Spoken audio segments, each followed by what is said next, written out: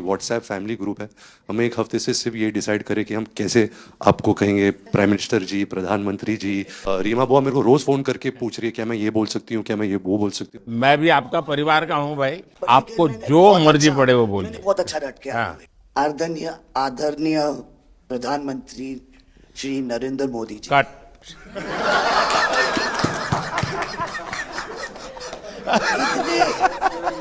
इतने कीमती वक्त में आपने सबको आज यहाँ निमंत्रित किया राज कपूर के बर्थडे 100वीं बर्थडे पे अवसर पे। हम आपका शुक्रिया अदा करते हैं। और पापा की पिक्चर के गाने की एक दो लाइन याद आ गई। मैं ना रहूंगी, तुम ना रहोगे, लेकिन रहेंगी निशानियां। वाह।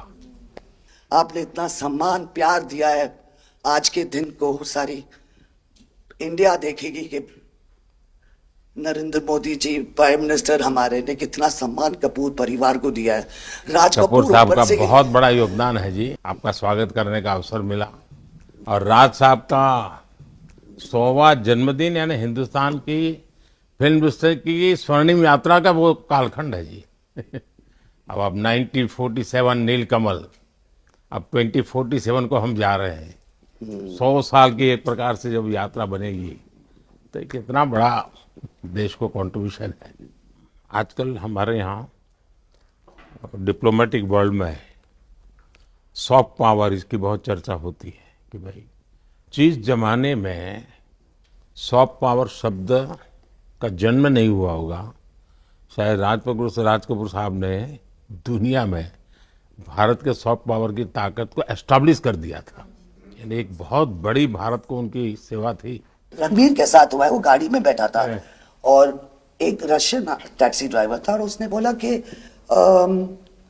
Are you from India? Oh and he was singing a song, I am Raj Kapoor's grandson. से बेटा मैंने कहा था कि मैं उनका पोता हूँ तो हमेशा मुझे फ्री टैक्सी मिल फ्री हो जाते हैं। एक काम हो सकता है क्या, खास करके सेंट्रल एशिया, कोई ऐसी फिल्म बने जो वहाँ के लोगों के दिल दिमाग पर राज साहब आज इतने सालों के बाद भी, यानी आज भी उनका पूरा कंट्रोल है। मैं बताता हूँ, आज छोटे बच्चों को भी सिखाते गाने। हाँ, यानी उनके जीवन में प्रभाव है। मुझे लगता है कि सेंट्रल एशिया में बहुत बड़ी ताकत है जी। हमें पुनर्जीवित करना चाहिए, हमें इसको नई पीढ़ी तक जोड़ना चाहिए और एक लिंक बने। अब ऐसा कोई क्रिएटिव वर्क करना चाहिए और बन सकता है। वो उनको इतना प्यार मिला उसमें कि ये थोड़ा से उनका नाम इंटरनेशनली भी बाहर गया और उनको बोल सकते हैं छोटे से तरीके से एक कल्चरल एम्बेसडर। लेकिन आज मैं ये आपको बोलना चाहती हूँ, वो छोटे से कल्चरल एम्बेसडर थे, लेकिन हमारे प्राइम मिनिस्टर इंडिया के तो हमें ग्लोबल मैप में डाल दिया है। एंड वो हम we are so proud, each member of this family is very proud. देखिए, देश की आज प्रतिष्ठा बहुत बड़ी है, बहुत बड़ी है। सिर्फ योगा ले लीजिए जी, आज दुनिया के किसी भी देश में जाइए, योगा के प्रति इतना मम्मी और मैं, हम दोनों, बेबो लोलो, हम सब योगा में बहुत रुचि रखते हैं। जी। वैसे मैं दुनिया के जितने लीडर से मिलता हूँ, लंच डिनर अगर साथ में है तो मेरे अगल बगल में जितने भी है वो मेरे से योगा के लिए ही चर्चा करते हैं। एक छोटा सा ट्रिब्यूट है नाना जी के लिए। एक्चुअली दरअसल मेरा पहला फिल्म है एज अ प्रोड्यूसर एंड मेरा सपना था कि मैं अपने फैमिली के साथ कुछ करूं, तो सब इस फिल्म में है। मैं एक चीज बोल सकती जी हूँ, बिल्कुल। ये वो ग्रैंडसन है, रादर ग्रैंडसन्स, मेरे दोनों बच्चे, हैं, ये अपने नाना को मिले नहीं है हैं। और ये पिक्चर बना रहे हैं और उनकी सब उस अरमान ने इतनी खोज की है हर चीज की और उसमें थोड़ा बहुत just for him he is making. जो कुछ सीखे हम फिल्मों के माध्यम से और जो माँ ने सिखाया मुझे, उनसे सीखे हम। देखिए, जब आप रिसर्च करते हैं ना तो एक प्रकार से आप उसको जीते हैं जी। उस दुनिया को जीते हैं, तो आप बड़े भाग्यवान हैं जी कि भले आपने नाना जी को देखा नहीं, लेकिन नाना जी को जीने का आपको अवसर मिल रहा है। जी बिल्कुल बिल्कुल, ये बहुत बड़ा सपना है मेरा और I am really thankful, full family is part of this. मुझे याद है हमारे यहाँ इनके फिल्मों की ताकत क्या थी। जनसंघ का जमाना था और दिल्ली का चुनाव था, तो चुनाव में जनसंघ के लोग हार गए। तो अडवाणी जी, अटल जी ने कहा यार चुनाव तो हार गए, क्या करेंगे, तो चलो बोले मूवी देखते हैं। तो वो मूवी देखने गए, राज कपूर साहब की मूवी फिर सुबह होगी। जनसंघ के दो नेता पराजय के बाद जाते हैं और मूवी देखते हैं फिर सुबह होगी, और आज फिर सुबह हुई।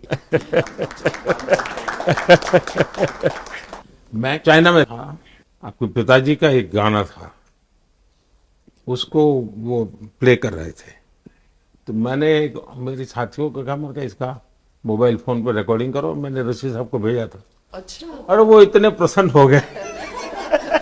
इनफैक्ट अभी हाल ही में आप आई थिंक अफ्रीका गए थे और वहाँ भी मैंने एक क्लिप देखा था, आप एक जवान के साथ खड़े थे और वो उस टाइम मेरा गाना गा रहे थे। समझा पर मैंने वो क्लिप देखा था और काफ़ी लोगों ने मुझे भेजा था और सब लोग बहुत खुश हो गए। बट एक चीज़ मैं कहना चाहूँगी, गाना जो है जो दुनिया को यूनाइट करता है, स्पेशली जो हिंदी गाने होते हैं, मतलब लोग गाते ही रहते हैं, शायद शब्द उनको समझ में ना आए। और ये मैंने काफ़ी देखा जब हम ट्रैवल करते हैं, खास करके of course with Raj Kapoor songs. But even now I think एक जो एक स्पेशल फीलिंग और एक सेंटिमेंट होता है हमारे गानों में, सब लोग बहुत इंस्टेंटली कनेक्ट करते हैं। और उसी के साथ एक क्वेश्चन था आपके लिए, क्या आप गाने सुन पाते हैं? मैं सुन पाता हूँ क्योंकि मुझे अच्छा लगता है, कभी मौका मिल जाए तो मैं जरूर सुन लेता हूँ। आप पहले प्रधानमंत्री हैं जिससे मैं मिला हूँ, और आपने आंखों में आंख लगा के इतने मतलब पर्सनली हमसे मिले हैं, और 2 बार मिले हैं। आप में इतनी अच्छी एनर्जी है और आप इतनी मेहनत करते हैं, और आप जो करते हैं मैं आपको कंग्रेचुलेट करना चाहूँगा। और thank you for opening your doors, और हम सबसे मिलने के लिए और इतने एक्सेसिबल होने के लिए, तो बहुत खुश हूँ। मैं आपके पिताजी को मिला हूँ और मैं सोच रहा था कि आज मुझे 3 पीढ़ी को मिलने का मौका मिलेगा, लेकिन आप लाए नहीं तीसरी पीढ़ी को। They're all big actors. We are not in the creative field. My children are trying level best. That we would be invited by the Prime Minister. मतलब पापा थैंक यू। 13, 14 और 15 दिसंबर को हम राज कपूर का एक रेट्रोस्पेक्टिव कर रहे हैं। गवर्नमेंट ऑफ इंडिया, NFDC और NFAI ने हमारी बहुत मदद की। हमने उनकी 10 फिल्म लेके उनको रिस्टोर किया है, ऑडियो और विजुअल। तो हम पूरे हिंदुस्तान में कुछ 160 थिएटर्स में 40 सिटीज़, अराउंड 40 सिटीज़ उनकी फिल्में दिखा रहे हैं। तो 13 तारीख को हमारा प्रीमियर है, जो हम